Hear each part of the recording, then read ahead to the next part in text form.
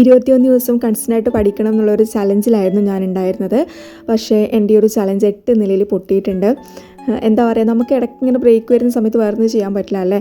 അപ്പോൾ അതാലോചിച്ച് വിഷമിച്ച് ഇരിക്കാതെ വീണ്ടും റീസ്റ്റാർട്ട് ചെയ്യുക എന്നുള്ളത് മാത്രമേ എൻ്റെ മുമ്പിൽ ഇപ്പോൾ ഒരു ഓപ്ഷനുള്ളൂ. 21 ദിവസം പോലും കറക്റ്റായിട്ട് ഫോളോ ചെയ്യാൻ പറ്റിയില്ലല്ലോ എന്നുള്ളൊരു ടെൻഷൻ അല്ലെങ്കിൽ എന്തോ ഒരു വിഷമം എനിക്കുണ്ട്. എന്നാലും കുഴപ്പമില്ല, അത് വിചാരിച്ചിരുന്നിട്ട് കാര്യമില്ല, വീണ്ടും റീസ്റ്റാർട്ട് ചെയ്യാം. ആദ്യം വിചാരിച്ചു 1 തുടങ്ങാം, കാരണം ഒന്നാമത്തെ ദിവസം മുതൽ തുടങ്ങാമെന്നുള്ളത്. പിന്നെ വിചാരിച്ചത് കണ്ടിന്യൂ ചെയ്യാമെന്നുള്ളത്. അപ്പോൾ ഞാൻ കണ്ടിന്യൂ ചെയ്യുകയാണ്. 6 ദിവസമാണ് വീഡിയോസ് പോസ്റ്റ് ചെയ്തിട്ടുണ്ടായിരുന്നത്.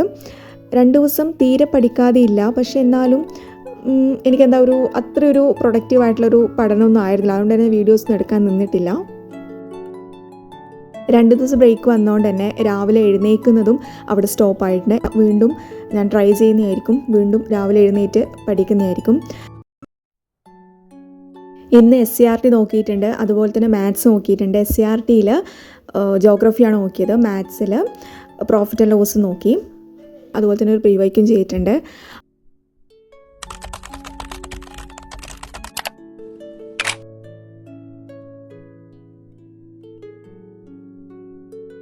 അപ്പോൾ നാളെ വീണ്ടും വരുന്നതായിരിക്കും.